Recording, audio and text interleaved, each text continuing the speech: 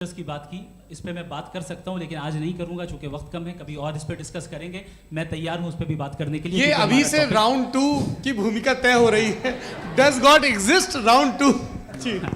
चूंकि आज गॉड के एग्जिस्टेंस पे बात है तो मैं उसी के रिलेटेड जो है आपके सवालात को एंटरटेन भी करूंगा और मैं भी पूछूंगा। आपने कहा कि आपने साबित ही नहीं किया, जबकि आर्ग्यूमेंट ऑफ कॉन्टिजेंसी बुनियादी आर्ग्यूमेंट है। आप मुझे कॉन्टिजेंसी का मतलब बताइए, आपका मतलब क्या कॉन्टिजेंसी?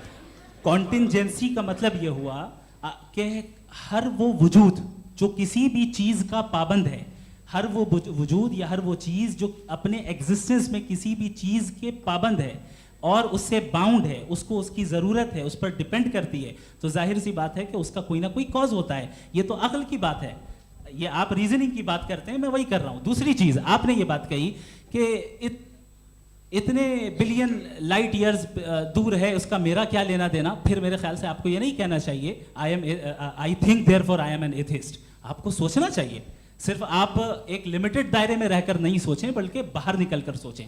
आपने तीसरा सवाल किया, आपने दो तीन सवाल एक साथ। ऐसी बातें ना कीजिए, कुछ लोगों को इतराज हो जाएगा आप पे कि आप कुछ भी सोचें।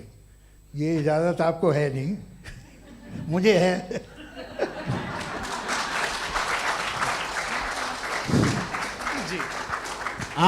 आपने प्रॉब्लम ऑफ इविल के ताल्लुक से सवाल किया और बार बार आप एक लफ्ज रिपीट कर रहे हैं कि ओमनीपोटेंट गॉड है, ऑल पावरफुल गॉड है।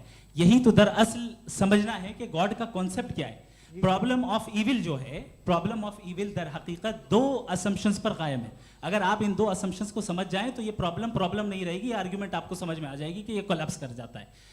पॉइंट नंबर 1, यानी जो आपका सबसे पहला फॉल्स असम्पशन है कि गॉड मर्सीफुल है, ओमनीपोटेंट है, दुनिया में जुल्म हो रहा है। लेकिन आपको यह समझना चाहिए कि हमारे वर्ल्ड व्यू के मुताबिक गॉड सिर्फ ओमनीपोटेंट और सिर्फ मर्सीफुल नहीं है, बल्कि वो ऑल वाइज भी है और वो ऑल नोइंग भी है। उसके हर काम के पीछे हिकमत और विजडम है। ये कोई जरूरी नहीं है कि वो हिकमत और विजडम आपको समझ में आए या मुझे समझ में आए। अगर आप जो समझ रहे हैं उसके मुताबिक आप फैसला कर रहे हैं, ये लिमिटेड पर्सपेक्टिव से आर्ग्यूमेंट है। और इस चीज को हम अपनी दुनिया में, अपने लाइफ में, डेली लाइफ में इस प्रिंसिपल को एक्सेप्ट करते हैं। हम जब किसी डॉक्टर के पास जाते हैं, डॉक्टर के पास जाकर वो अगर उसने हमें कोई दवाई दी है तो हम ये तो नहीं कहते कि जब तक आपके पास जितना नॉलेज और जितना विजडम नहीं है, आपने क्यों ये दवाई दी है, तब तक हम इस चीज को एक्सेप्ट नहीं करेंगे। नहीं कहते, हम उसकी अथॉरिटी को तस्लीम करते हैं। क्यों? क्योंकि उसकी हम जानते हैं कि वो नॉलेजेबल है, वो विजडम वाला है, हमसे ज्यादा नॉलेज और हमसे ज्यादा विजडम है। बताएं सर। नहीं, डॉक्टर में और खुदा में बड़ा डिफरेंस है। डॉक्टर पढ़ा लिखा होता है एक, तो मैं उसकी बात सुनूंगा। दोनों ये नहीं, कुछ जवाब तो ये भी नहीं है सर। प्लीज अगर सब ऑडियंस से बोलने लगेंगे तो फिर मतलब नहीं सिविलाइज्ड बहस का। मतलब आप ये कहें कि चूंकि आप डॉक्टर पे बिलीव करते हैं इसलिए खुदा पे बिलीव किए, क्या ये मिसाल आपको समझाने के लिए आर्गुमेंट है, इस पे आपको एतराज नहीं है। तो सिंपल बात ये है कि मैं अगर ये यकीन कर लूँ कि एक ओमनीपोटेंट, उसकी मसलहत है, ये जो बच्चे मर रहे हैं ये मसलहत है उसकी, मुझे नहीं चाहिए थी मसलहत। उसकी मसलहत नहीं, यही तो समझना है, मतलब एक्सपीडियंस। अच्छा, इस आपने अभी मेरी बात पूरी सुनी नहीं। मैंने कहा आपका पूरा आर्ग्यूमेंट दो फॉल्स असम्पशंस पर है। एक फॉल्स असम्पशन मैंने बता दिया, दूसरा फॉल्स असम्पशन ये है कि इस दुनिया में इविल के होने का कोई गुड रीजन नहीं है, जबकि हमारे पास बाज रीजंस मौजूद हैं, हमारे पास बाज वजूहात मौजूद हैं। अगर इस दुनिया में इविल ना हो तो आप गुड को डिफाइन कैसे करेंगे? अगर जुल्म ना हो आप इंसाफ को समझेंगे कैसे? अगर तारीकी ना हो तो आप लाइट को समझेंगे कैसे? बहुत अच्छे। अभी और सुन लें, अभी और बाकी है। ये तो बात बहुत पसंद आई साहब मुझे कि जब तक रेप ना हो तब तक औरतों की इज्जत का ख्याल आपने मेरा जवाब पूरा सुना ही नहीं। जब तक के बच्चों का कत्ल ना किया जाए तब तक आपको बच्चों की मासूमियत की इज्जत। आपने पूरा जवाब सुना ही नहीं। क्या बात है, क्या आपने नुक्ता निकाला? आपने पूरा जवाब सुना ही नहीं। आप सुन लें, मेरी बात सुन लें। ये मैंने आपको एक चीज बताई। दूसरी चीज, इस दुनिया में हम आए हैं टेस्ट के लिए, हमारा टेस्ट हो रहा है और हर इंसान का अलग अलग अंदाज में टेस्ट होता है। और इस दुनिया में अगर इविल मौजूद है तो वो इविल जरिया है हमारे अंदर ह्यूमन नोबल क्वालिटीज को डेवलप करने का और अलग अलग फील्ड में प्रोग्रेस करने का। और अगर हमारे अंदर और इस दुनिया में इविल नहीं होता तो बताइए टेस्ट का मतलब क्या होता? अगर मैं अपने स्टूडेंट को एमसीक्यूज दूं और उसमें सिर्फ राइट आंसर लिख कर दे दूं और कहूं तुम्हारा टेस्ट हो गया, ये मीनिंगलेस है। इस दुनिया में अगर हम टेस्ट के लिए आए हैं तो जाहिर है गुड एंड इविल दोनों मौजूद है। तो अगर गुड एंड ईविल दोनों मौजूद है तो ये ईविल भी खुदा का बनाया हुआ है। जी हाँ, खुदा का बनाया हुआ है, लेकिन अच्छा, चलो अच्छी बात। जी बिल्कुल, तो बिल्कुल खुदा ने मतलब बनाया है। अभी तो ये है कि जो मेजॉरिटी है दुनिया में वो ईविल है, तो ये खुदा एक्चुअली ईविल के साइड पे लग रहा है मुझे। बिल्कुल भी नहीं, मैं बताता हूँ। मेजॉरिटी में तो वो है।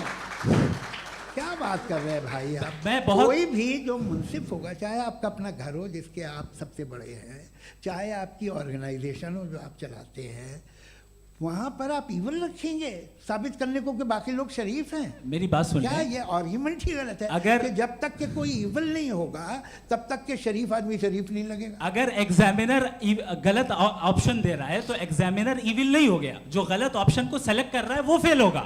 क्रिएटर ने ईविल को बनाया है लेकिन वो ईविल नहीं है। अच्छा सुनिए मेरी बात, एक- लेट मी कंप्लीट सर। जी जी। क्रिएटर ने ईविल को बनाया है टेस्ट के लिए, वो ईविल नहीं है। ईविल वो होगा जो उसे इख्तियार करेगा।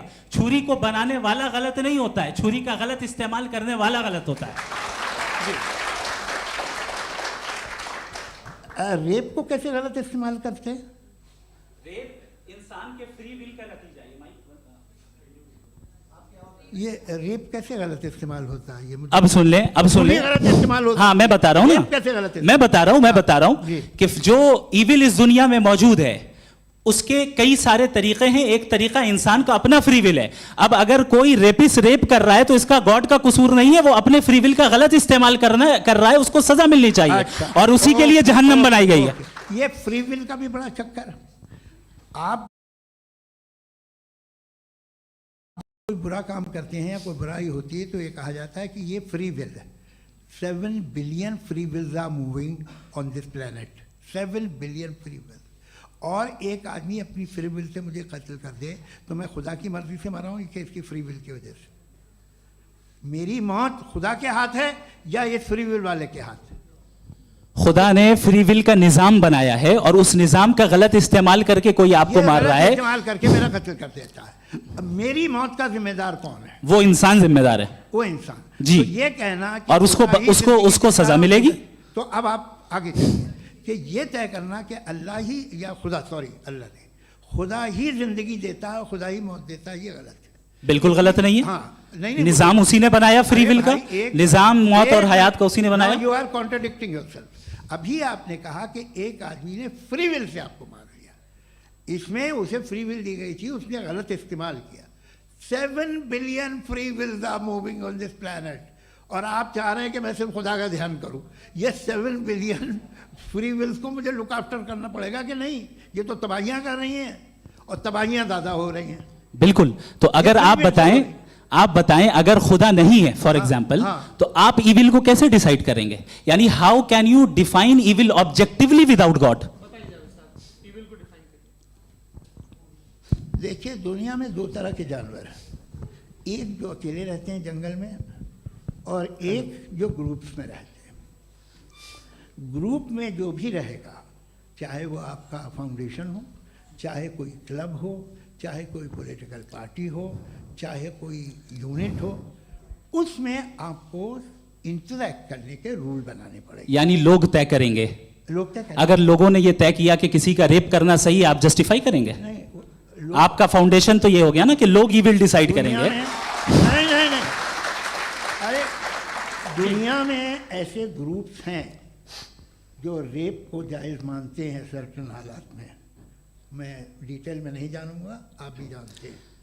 ये जो आईसिस वाले थे, इन्होंने क्या किया था, तो उन्होंने क्या किया उसका खुदा से कोई ताल्लुक नहीं है सर। मैंने सिंपल सवाल किया कि इविल को आप डिफाइन करते कैसे हैं? आइए वापस आइए जी। आप साथ में तभी रह सकते हैं जब कुछ आप ऐसे उसूल डेवलप करें जिसमें हर एक का बेसिक तहफ़्फ़ुज़, हर एक का बेसिक राइट हो और हर एक को कोई आराम मिले। यही तरीक़ा है किसी भी ऑर्गेनाइजेशन जिसमें एक से ज़्यादा लोग हैं और वो ऐसे चलती है ज़िंदगी। उसमें अगर आप गड़बड़ करेंगे तो तबाही होगी, नुकसान होगा, बर्बादियाँ आएंगी। और अगर उसमें आप घर ले लीजिए ना, एक हस्बैंड है, एक वाइफ है, बच्चे हैं, वालदा भी हैं, 2 बहनें भी हैं, एक भाई भी है। अब इसमें कोई निज़ाम आपको चाहिए साथ में रहने का। और एक दूसरे पे भरोसा रहे, एक दूसरे के बहीख्वाह हों, एक दूसरे की मदद करें, ऐसी जिंदगी। सर आपकी बात आ गई, आप ये कह रहे हैं कि लोग डिसाइड करेंगे क्या सही है क्या गलत है, यही है मेजॉरिटी डिसाइड करेगी क्या सही है क्या गलत है? अरे भाई बिल्कुल। मेजॉरिटी अगर ये कहे कि नाजी जर्मनी के साथ जिस तरह मेजॉरिटी थी कि जेनोसाइड करना सही है, आप जस्टिफाई करेंगे? उस वक्त आपका ये सवाल सिर्फ उसके बाद क्लोजिंग। हाँ, उस वक्त प्लेनेट पे जो लोग थे, हाँ। उनमें कितने लोग हिटलर को सही समझते? अच्छा, प्लेनेट की मेजॉरिटी तय करेगी सोसाइटी की नहीं, प्लेनेट की मेजॉरिटी गॉड के एग्जिस्टेंस को सही मानती है, आप क्यों नहीं मानते? ये हेलो ये क्रॉस क्वेश्चन का राउंड यहाँ पर समाप्त होता है। और ये बड़ा अच्छा है कि इस तरह से फ्रेगमेंट कर दिया गया है ताकि जो मरकरी ऊपर जा रहा है नीचे आ जाए। जवाब दे दूं।